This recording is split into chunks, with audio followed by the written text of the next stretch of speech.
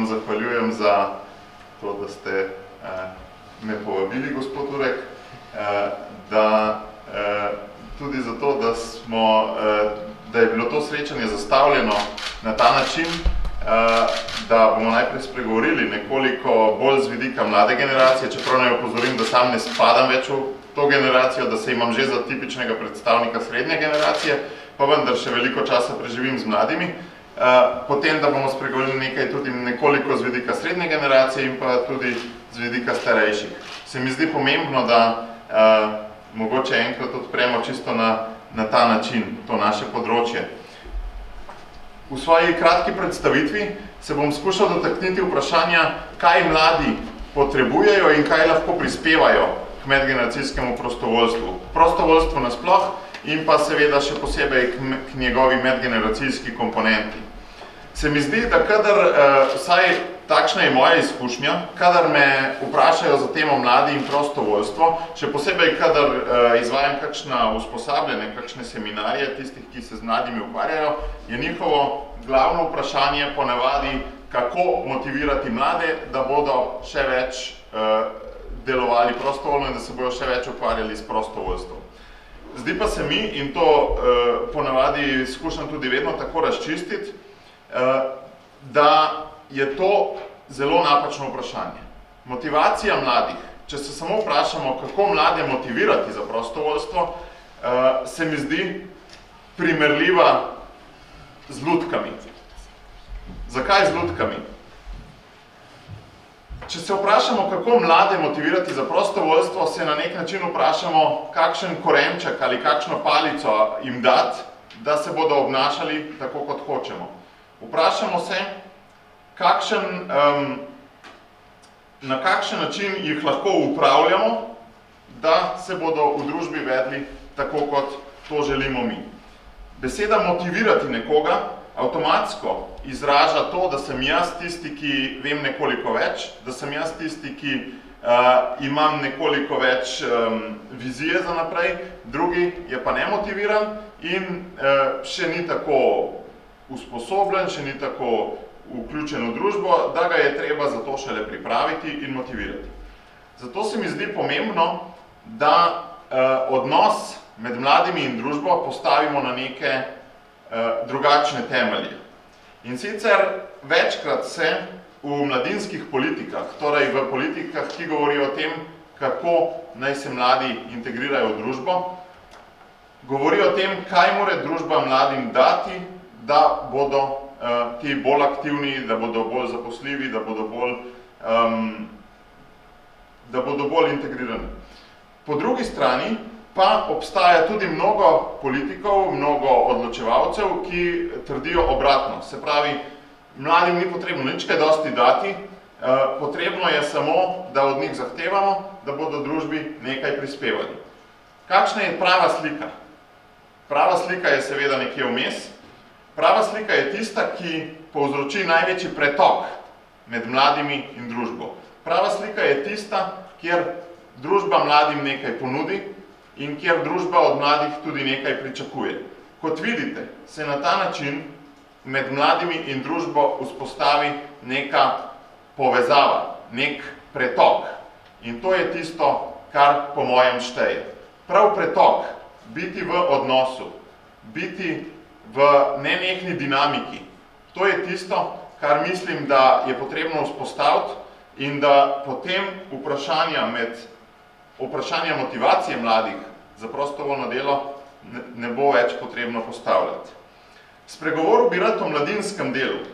To je tisti del prostovoljstva mladih, ki ga mladi opravljajo bolj ali manj sami, bolj ali manj pod svojo lastno kontrolo, bolj ali manj v svojih organizacijah.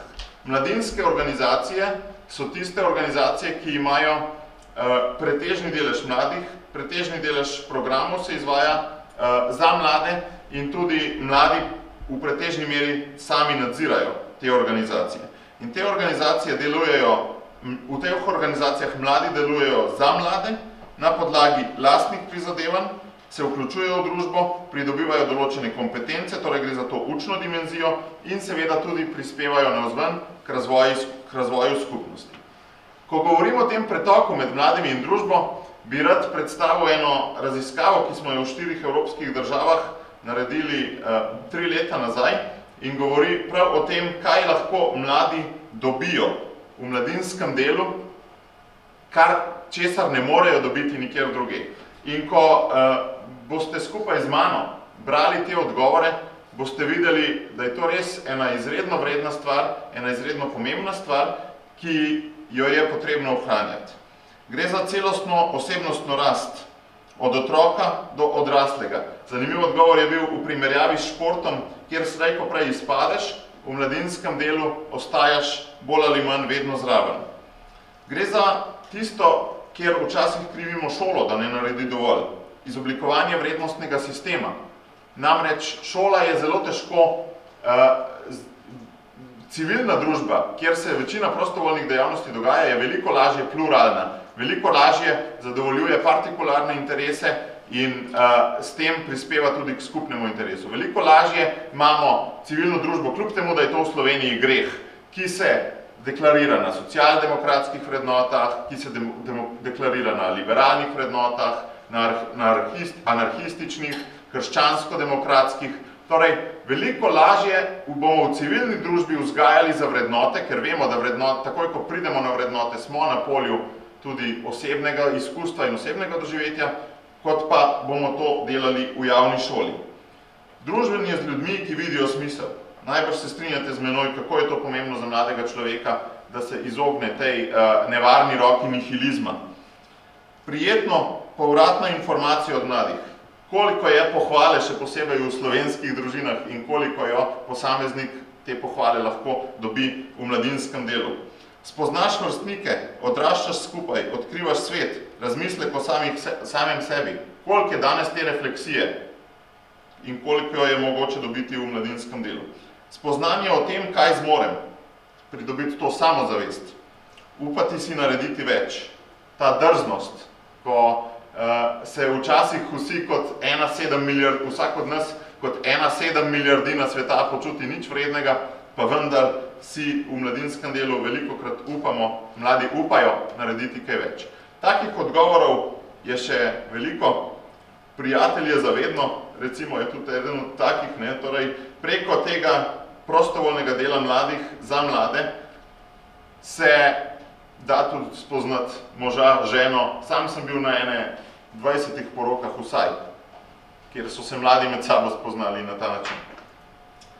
Mladinsko delo oziroma prostovoljstvo med mladimi ima zato po moje naslednje specifike. Gre za nek pretok med mladimi in družbo, torej med mladimi, ki so v sferi skupnosti, ki so po družinah, ki so med prijatelji, in družbo, ki je tam zgoraj nekje, v parlamentu, na vladi, na občini, v javni sferi. Ta pretok, ta krog je dvosmeren.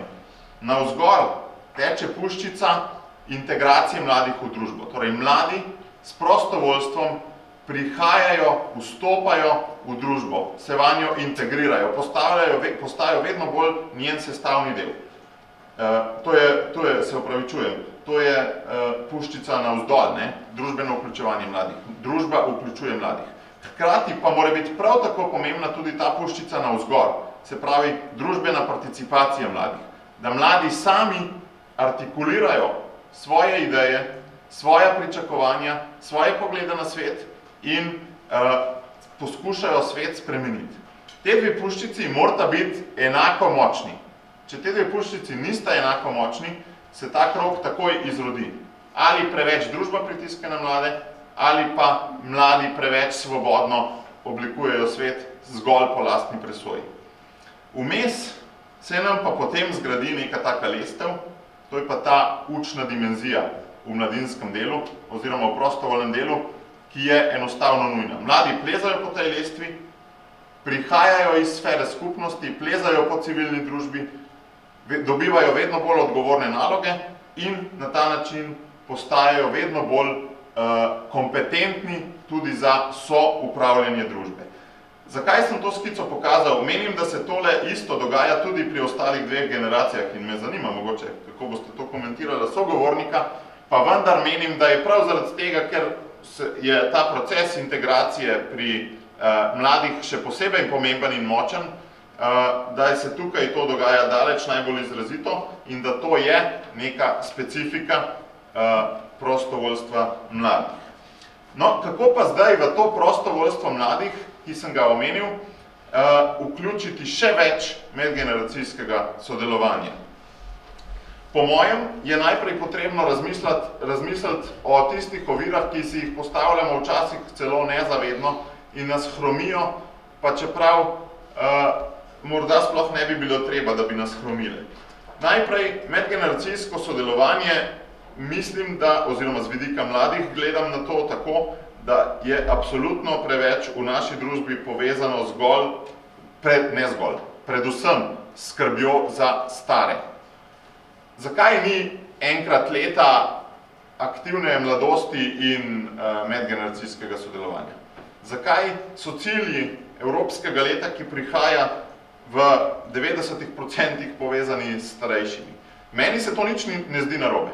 Prav nič se mi ne zdi narobe, da je eno leto posvečeno aktivnemu staranju. Zdi pa se mi problematično, če se ta pojem medgeneracijskega sodelovanja preveč nagne na eno stran. Zato, ker ne verjamem, da bomo uspeli mlade z retoriko teh ciljev, ki so artikulirani za naslednje leto, prepričati in pritegniti, ja, lej, to je nekaj zate, vidiš, tukaj govorimo o starih, tukaj govorimo o starih, tukaj govorimo o starih, vidiš, da je ta medgeneracijsko sodelovanje nekaj zate. Potrebujemo pa vse generacije, če ne medgeneracijskega sodelovanja ne bomo imeli. Torej, popolnoma podpiram leto aktivnega staranja, vendar razmisliti, koliko je res relevantno ob tem govoriti tudi o medgeneracijskem sodelovanju. Druga ovira, ki mislim, da je pogosto prisotna, so te umetne skupne dejavnosti.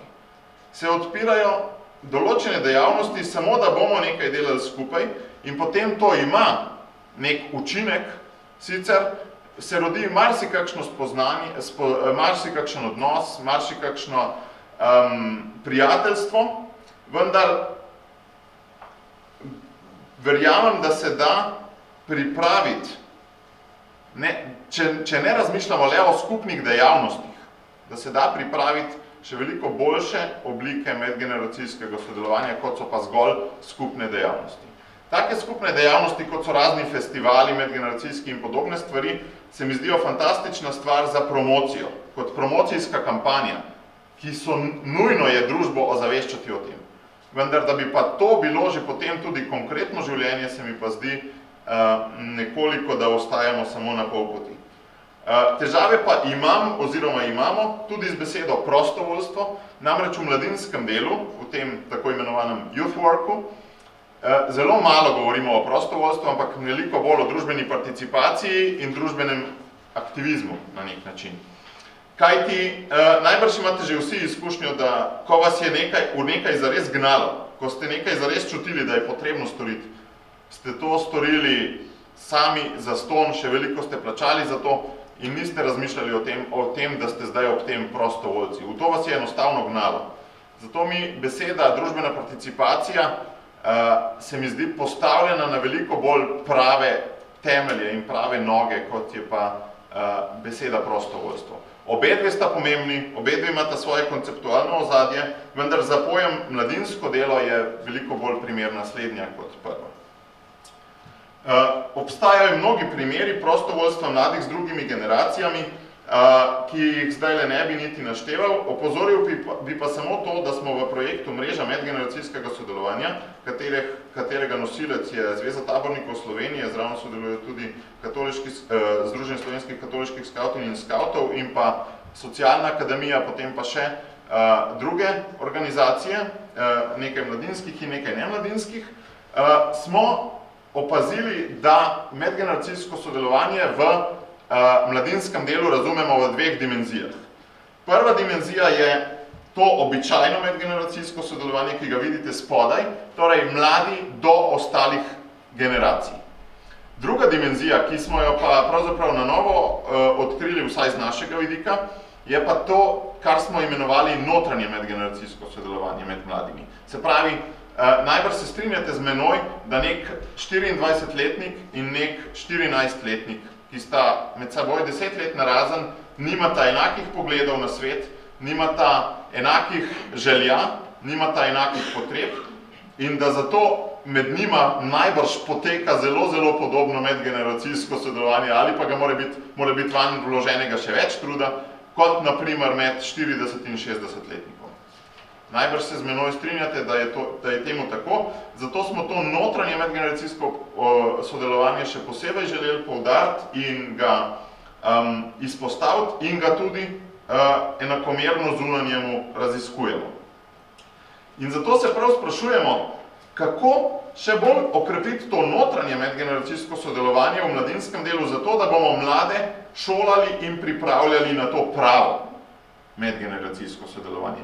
Sprašujemo se, kako mladinske organizacije narediti še bolj medgeneracijske, tako med samimi mladimi, kot tudi v smislu mladi do ostalih generacij.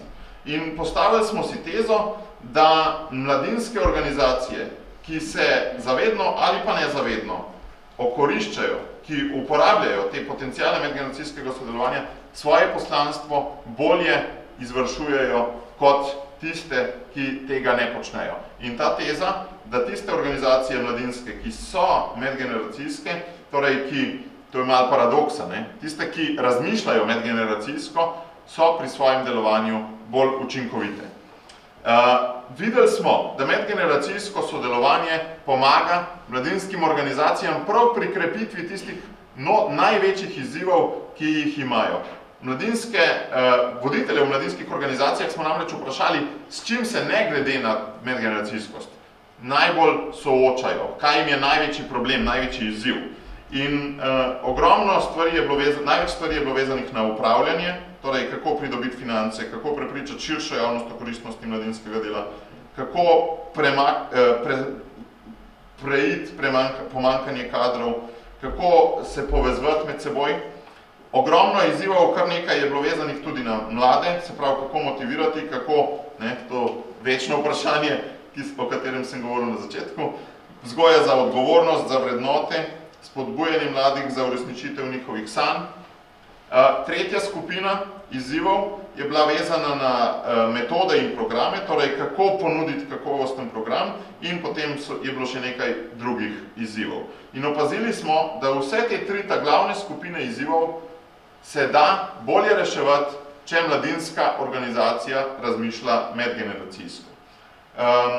Pri tem so sicer zanimivo, mladi dost rutinsko odgovarjali, kako bi to naredili. Ja, starejše bi sprašvali za nasvete, potem bi nam starejši mogli nuditi podporo pri delu, potem bi mogli bivše starejše člane vključevati, pričevanja starejših bi moglo biti. Torej, zelo malo je bilo tega medgeneracijskega sodelovanja postavljenega v kontekst, mladi bi mogli starejšim to pa to prispevati.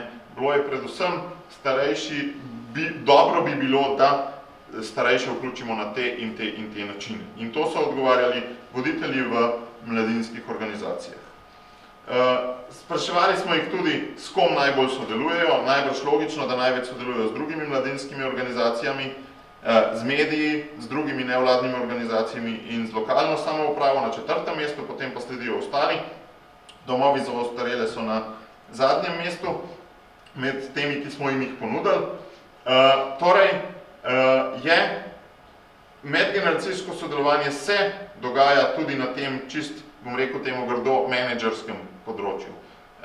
Ko neka mlada oseba, ki je prostovolj, nek mlad človek, ki je prostovoljc, star recimo 25 let, upravlja neko organizacijo in ko s temi deležniki stopa v kontakte, mi verjamemo, da se dogaja s tem ogromno nekega naravnega medgeneracijskega sodelovanja.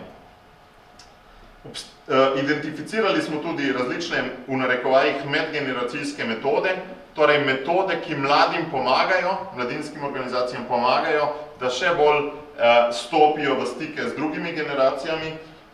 Takšne so na primer delavnice in izobraževanja, skupine, srečanja, prireditve, festivali, projektno delo, srečanje med mladimi in odločevalci, medgeneracijskimi tabori, osebno spremljanje, torej 1 na 1, kjer je neka mogoče odrasla oseba in nek mladostnik ali pa tudi obratno mogoče in podobno.